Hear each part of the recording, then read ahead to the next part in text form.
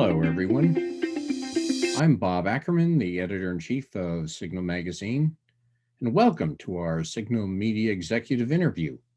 Our guest today is Gene Yoo, CEO of Resecurity. Gene, welcome. Hey, Bob, how are you? I'm well, thanks. And you? Great. One thing I'd like to ask you, events are happening such as false flags, cyber espionage, advanced persistent threat group campaigns. What can we do to better combat these adversaries? Well, I think it's a very broad area, and it really requires a significant amount of strong human intelligence resources and deep technical expertise to actually identify these things. And they happen at various levels, right? So there's the lower level where you talk about like the script kiddies or automators or people that are specialists in doing these things. But the reality is that a lot of these groups and individuals almost are becoming like mercenaries, where we were talking about cyber espionage or sophisticated attacks. They don't really happen per se from very hard techniques, because the reality is that we have all of these open holes like Swiss cheese in our networks and products that come out. So I think the need for intelligence, I think that's also outlined in some of the recent news, is important, as well as information sharing. But where do we stand against what we hear as sophisticated adversaries? Well, it's a wild west. I know we are at a very vulnerable state, meaning because there's continuous product changes, our landscape is changing. So we are kind of open season for being attacked. And part of this is also because when you look at just the technical debt that the organizations have, antiquated operating system to unpatched software or misconfiguration and enablement of the cloud really creates this very large attack surfaces. And it's not really like one thing that you could do to fix it. How is the threat picture changing as you see it? When we talk about, we often get a lot of questions from our customers about what's the threat landscape, what's going on. And even we produce a kind of a monthly report for various regions based on what the actors are selling, developing, what's being in the marketplace. And, I look at that report on a monthly basis that goes to our customers, and it changes so dramatically. And it's not like one thing that you hear about in the news, but it's something that you would never expect, whether it's an IoT device or some sort of a home device. And that actually, because if you think about the attack surface, it's not, attacking the enterprise is one thing, but when you start going after the individuals, the families, and when you look at that pivoting points, it just makes it so simpler.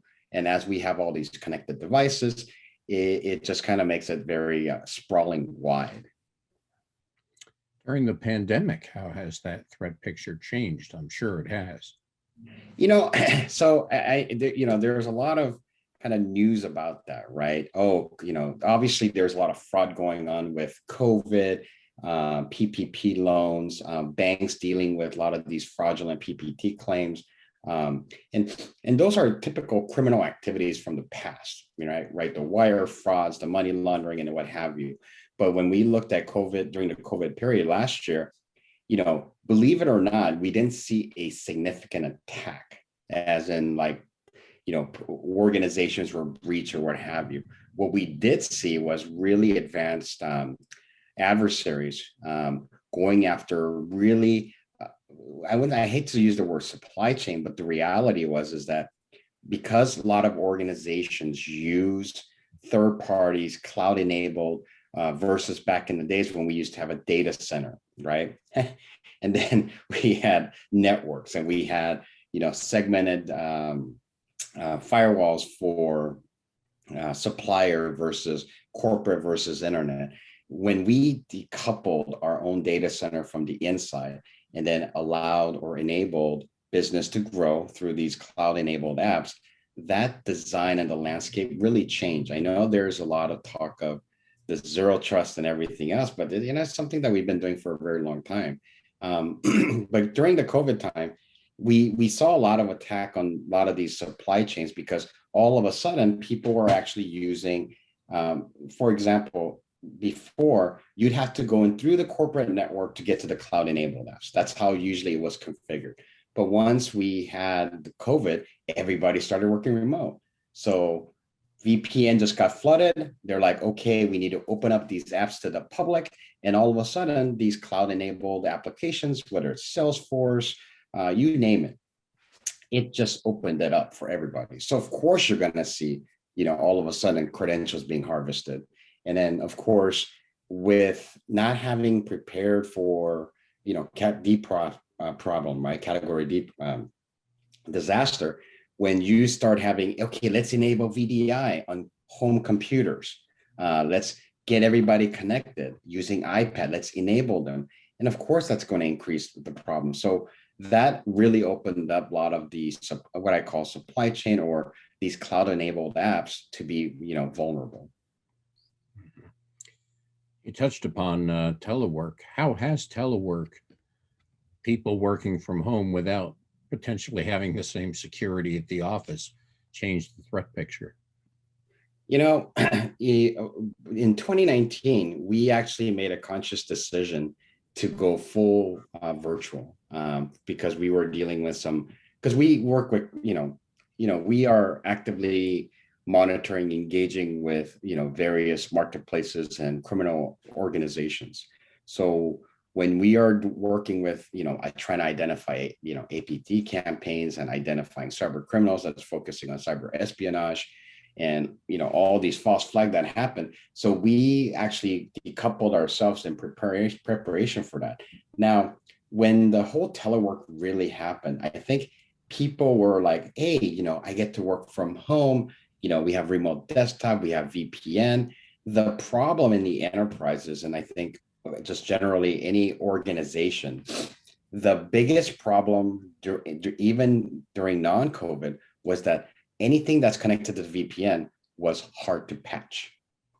Updating is harder, it takes longer. And so a lot of those updates only were enabled when you connect to the corporate enterprise, like through the LAN. And I think part of what we are seeing is that gap of 1 year, are these machines getting patched? So now you see why you see so many ransomwares happening. Of course, they're going to get, botted or they're going to get compromised because machines aren't patched. It's a very simple fact. It goes back to the IT hygiene, right? Is your computer hardened and also is your machine patched? Like if you can't get those two basics, that basic fundamentals, I don't know why we're spending any more money than focusing on those technical depth. Let's go back to the threats and those sophisticated adversaries we've talked about. Mm-hmm. How difficult really is it to identify these events or attain actual attribution? The short answer, the short answer is they're not that hard to identify. The attribution to the level of who's the guy in the keyboard that pushed the button, that's pretty straightforward. The problem is I think we have this tendency to think like, well, are they sponsors? Are there managers? Well, of course there are. I mean, just like criminal organization, there's the foot soldiers and then there's the captains, right? It's the same model. Now, when you're talking about being able to identify these attacks, they're knocking on our doors every day. The problem is we got, log fatigue. We don't know what's real. We don't know what's not. And to track these things down, I know many incident response organizations, as well as MSSPs, they're doing their best to collect all this information and identify who's knocking. But, the irony is that you have all of these logs that's coming from one side, and then you have all of these attacks coming from the outside. So unless you have the outside intelligence as to what's happening and actually go upstream, and now we're not talking about wide information, but really deep upstream information. All of this just becomes noise. And that's why a lot of organizations see these events as like, they're just knocking on the door, it's a script kiddie. But the reality is that's how it starts, because we've seen sophisticated actors who hire, I would say, soldiers that would run and do a very specialized task that they know how to do. For example, if you're talking about password spraying, we know of 4 or 5 individuals. That's all they do around the world globe all the time. And their only focus is to do the password spraying, get all the compromised credentials and break it. As soon as they get that 1 or 2 accounts, they pass it along. But even though they're a low level, the reality is they're a specialist. So a lot of this events happen now. And then getting back to the attribution of, okay, who are these people? Well, it's not just one or many people. It's like a regular business. You hire contractors, you hire consultants, you hire suppliers.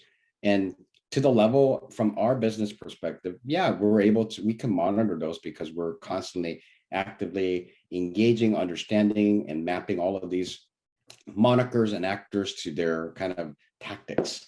We have library over 160,000 different TTPs that we even map to understand like how they do it, trying to learn it in our machine learning. But the reality is it's like it's a very basic functions, and just like a human thought, they pivot whenever they feel like it, whether they're spooked or not. Nation state is a little different. Sure, a lot of IPs come from various parts of the world, Africa, Latin America, Mexico. It doesn't make a difference. The trying to track all of that requires, not only the intelligence, but you also need to be able to collect net flows in order to actually map all that together. And it's a no feat in its task, but to say that, hey, did North Korea or Russia, China, or America, did we use a proxy to do all this? And it's all false flags, and rightfully so. If you're doing any kind of espionage, or if you're doing any kind of intelligence work, most people who are in the business are never going to reveal themselves. Kind of like LinkedIn. It's like you get a hit from all these companies, but it's like, is this real, or like, is this legitimate company? But a real adversary who wants to learn about you, they're not going to create some fake persona. They're going to use a persona that's very verified. So there is a sophistication to that as well. Are we seeing a greater prevalence of nation states turning to independent players to do their work for them? That's an interesting question. I mean, you see, even with the U.S. government, right? I mean, we see people coming out of various agencies with their craft, and you see them starting companies. At the end of the day, there's an ideal of nationalism, but the reality is that bulk of it is really, financially driven. And when I talk about nationalism, obviously, it's like Coke against Pepsi, right? It's like we're always trying to figure out like who's got the secret sauce or what is their marketing plan. I think as a country and a nation, whether it's China, Australia, United States, or any of these countries, we are interested in being advancing in our ability to be financially motivated. But we do see a lot of them coming out into that world. But the reality is a lot of times we see these kind of criminal enterprises who specialize in things, and they kind of, formulate their own world, because the business of crime, especially in the cyberspace, is very lucrative. I have a report that literally shows like the groups and how much they're selling, and we tabulate these things, and they're multi-million-dollar enterprises. And this is not some corner street drug trafficking. This is never get caught, never be extradited. Very simple, all done in money that doesn't even appear anywhere in the bank account. It's good business. Okay, well, it's discouraging, but that's the world in which we live. Earlier, you mentioned the supply chain. Mhm. We keep hearing about supply chain attacks, but even with third-party risk management and vendor management, Are organizations and companies actually working with their clients or affected parties for disclosures? Well, I'm going to answer that in three parts. One of the, when I was running operations, one of the biggest things that we used to do is implement this TPRM program and using various tools to automate and develop this templates for ISO. Even in the media industry, you see them working on the whole content security lifecycle. The problem is that those are all papers. It's an attestation of somebody saying one thing and you're signing off on it, and you do a risk assessment to say we accept or deny, and everybody get these paper SOC 2s. But as you know, ISO and SOC 2 is very in a box. It's not enterprise wide because it costs money. It's a lot of work. So the TPRMs, I think, requires a lot of change. There are a lot of organizations who has matured. They actually put security writers and retainers in the actual contractual agreement for vendor and third party, which gives them the audit rights. The problem we saw is that even though you have this supply chain management agreement and what have you, what we actually saw was some organizations actually going to a third party attorneys and lowering up. At that point, they have no reason to actually attest or to notify or inform during the period of identification to public awareness. So you see all of these kind of breaches and you hear about it on the news after the fact and how long it's been. So we may have notified an organization 6 months ago of a potential software breach or data compromise, but that time between us telling them and them actually publicly acknowledging it or to notify their customers, we've seen it between 3 to 6 months. And we see breaches every day. So it's just weird. And yeah, going back to, one of my partner was the one that identified the target and the whole supply chain. The reality is everything is a supply chain. We are no longer in an ecosystem where everything is contained in one world. We're all connected in one way. So if people want to call that supply chain, sure.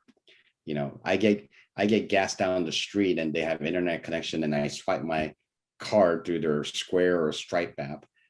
Does that make them a supply? Yeah, that's what it's coming down to, right? Your Apple Watches, you're collecting data.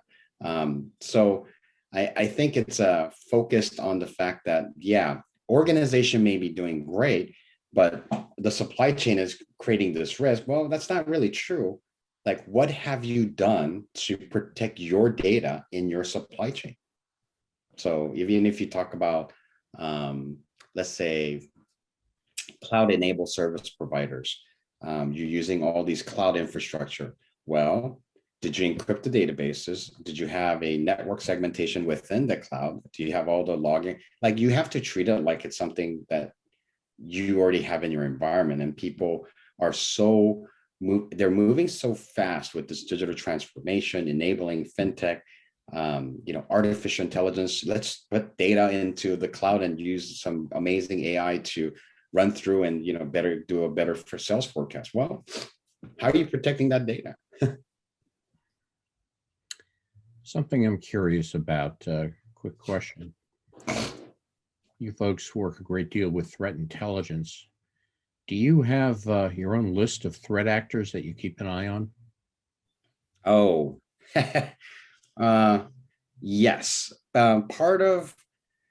For us, we see all these kind of monikers that's presented to the public. But we have about 28 million plus threat actors in our library, and where we map 28 million plus. threat actors. Yeah. Okay. The idea when what we did was we didn't want to box them. We could do it by different countries, but that wasn't really the vision we had. Was for us to really understand how they are all interconnected. Whether it's an IP address, whether it's a moniker or email addresses or shared resources.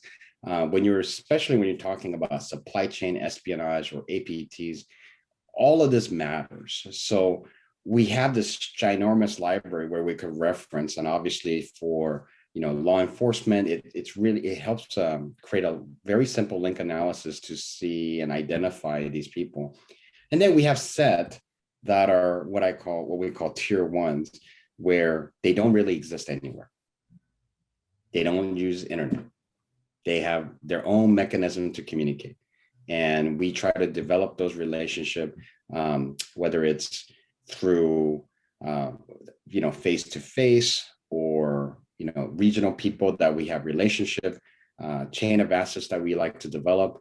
Because at the end of the day, these are the kind of the nexus of how everything starts. So we maintain that relationship, obviously, for a number of reasons. But, everything you see about on the news with, APT group or any of those things, and somebody's doing it, it's like, oh, great, but those are all actionable.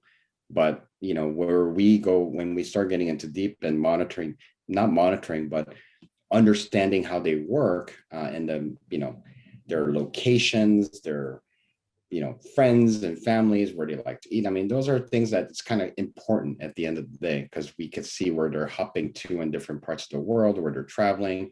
So yeah, but I guess the short answer is yes, we do. But we have a better broad that connects all of that together. Short answer for a long situation. Yeah. Yes. Okay. Well, that concludes our video. Gene, I want to thank you very much for your insight and observations. To the audience, I want to thank you for viewing. You've been watching Gene Yoo, CEO of Resecurity, and this has been a Signal Media executive video. Thank you and good day.